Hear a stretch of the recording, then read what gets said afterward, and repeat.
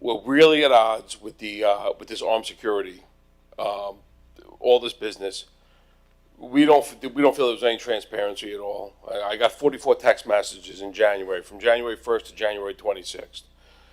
None of them had anything to do with this until after the fact. We woke up in the morning and found out now there's going to be guns at our schools, where there was never a gun issue. There's never been a gun issue.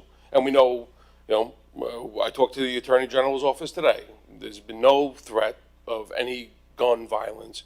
And you don't have gun violence at schools until you bring a gun to school.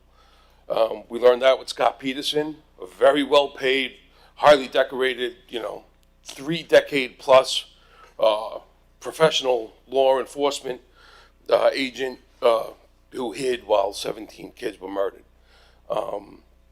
Where did we get $750,000 for this? Where did that come from? We couldn't get a part-time librarian. We can't get buses for after-school programs.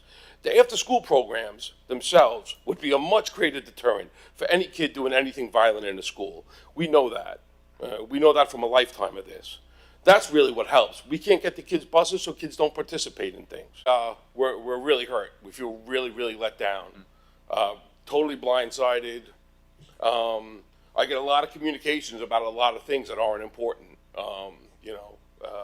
Non-verified threat, things that aren't really threats. We hear about that. We get full transparency on that. We did not get any transparency on this to me, now this is a real threat, because now we have guns in our schools. And that's a recipe for disaster. And it's a shame. It's a real blight on this district.